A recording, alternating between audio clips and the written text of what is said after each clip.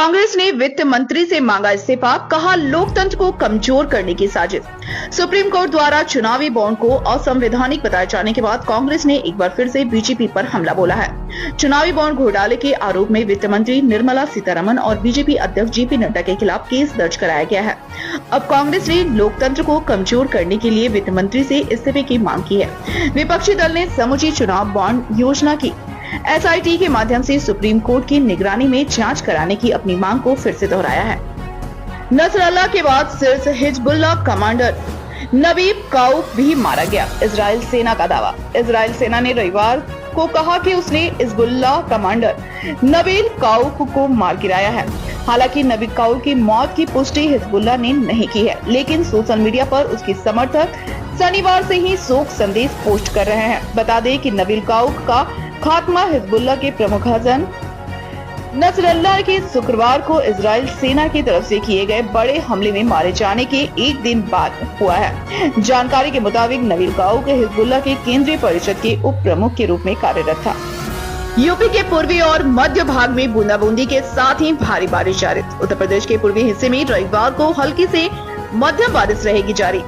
मौसम विभाग के पूर्वानुमान के मुताबिक सोमवार को भी प्रदेश के अधिकांश हिस्से में छिटपुट बूंदाबांदी देखने को मिलेगी। वहीं मंगलवार से आसमान साफ रहने की संभावना जताई गई है। पश्चिम यूपी में मानसून सिमटता हुआ दिखाई दिया और अब वहां मौसम के शुष्क रहने के संकेत है। बालिकाओं की सुरक्षा, सम्मान और स्वावलंबन को सशक्त करेगी योगी सरकार, नवरात्रि में शुरू होगा अभियान। महिलाओं और बालिकाओं की सुरक्षा, सम्मान और स्वावलंबन को सशक्त बनाने के लिए उद्देश्य से योगी सरकार अक्टूबर 2024 से मिशन शक्ति के 5वें चरण की शुरुआत करने जा रही है। मई 2025 तक चलने वाले इस चरण में जागरूकता अभियान और प्रशिक्षण कार्यक्रम आयोजित किए जाएंगे। वेल्डिंग करने के दौरान तेल टैंकर में हुआ धमाका, एक शख्स की मौत, 3 लोग घायल। द्वारका सेक्टर 23 के भरथल गांव में एक तेल टैंकर में वेल्डिंग करने के दौरान अचानक धमाका हो गया। हादसे में एक शख्स की मौत हो गई, वहीं 3 अन्य लोग गंभीर रूप से घायल हो गए हैं। सभी घायलों को पास के इंदिरा गांधी अस्पताल ले जाया गया, जहां उन्हें सफदरजंग अस्पताल में रेफर कर दिया गया। इलाज के दौरान एक की मौत हो गई। सीसीटीवी में कैद हुआ जानवर, दहशत में लोग, विभाग की अपील, अकेले घर से बाहर न निकले।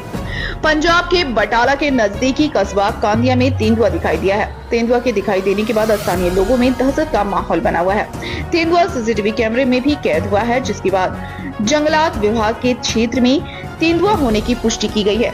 विभाग की तरफ से लोगों से सतर्क रहने की अपील की गई है। वहीं जंगलात विभाग की तरफ से तेंदुए को पकड़ने की कोशिश की जा रही है। विभाग के अधिकारियों का कहना है कि जल्द तेंदुए को पकड़ लिया जाएगा। झारखंड सीएम सोरेन ने पूर्णिया सांसद के पिता को दी श्रद्धांजलि, बोले सियासी चर्चाओं का नहीं है यह समय।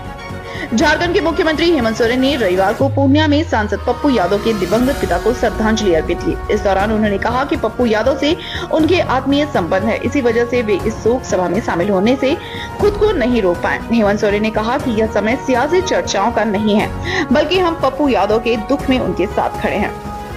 नक्सलियों ने किया आईईडी ब्लास्ट, सीआरपीएफ के 5 जवान घायल, अस्पताल में भर्ती। बीजापुर जिले के उसूर ब्लॉक के तर्रेम और गुंडम क्षेत्र में रविवार की सुबह सर्चिंग पर निकले सीआरपीएफ जवान नक्सलियों के द्वारा लगाए गए आईडी की चपेट में आ गए। इस हमले में 5 जवान घायल हो गए। घायल जवानों को अस्पताल ले जाया गया। इस घटना के बाद किसी भी तरह से कोई फायरिंग नहीं हुई। यह पूरी घटना चिन्नालूर कैंप से करीब 300 मीटर की दूरी पर है। रिपीट, आदि पुरुष के लिए हुई आलोचनाओं पर रो पड़े थे मनोज मुंतशिर, कहा जीवन को लेकर काफी कुछ सीखा। मनोज मुंतशिर बॉलीवुड फिल्मों के मशहूर गीतकार और लेखक हैं। लेखक के अलावा वो टीवी शो में भी नजर आ चुके हैं। मनोज मुंतशिर ने टीवी पर भी कुछ शो के लिए लेखन का काम किया है। उन्होंने कौन बनेगा करोड़पति के लिए पटकथा लेखन का काम किया है। इसके अलावा वो गलियां, तेरे संग्यारा, कौन तुझे आदि लोकप्रिय गाने लिखने के लिए भी जाने जाते हैं। हालांकि विवादित फिल्म आदि पुरुष से जुड़ने के बाद उन्हें काफी आलोचनाओं का सामना भी करना पड़ा। सीरिया में यूएस आर्मी की एयर स्ट्राइक में मारे गए 37 आतंकी। सीरिया में अमेरिकी ने हवाई हमला किया।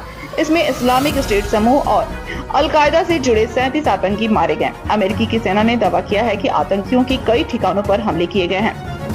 यूएस सेंट्रल कमांड के मुताबिक अमेरिका ने उत्तर पश्चिमी सीरिया पर हमला किया। इसमें अलकायदा से जुड़े हुर्रत अल दिन समूह के शीर्ष नेता और 8 अन्य को निशाना बनाया गया है। इन आतंकियों पर सैन्य अभियानों की निगरानी का जिम्मा था। इसके साथ ही मध्य सीरिया में आईएस के प्रशिक्षण शिविर पर हवाई हमला किया गया। इसमें 28 आतंकी मारे गए, इनमें 4 सीरियन नेता शामिल थे।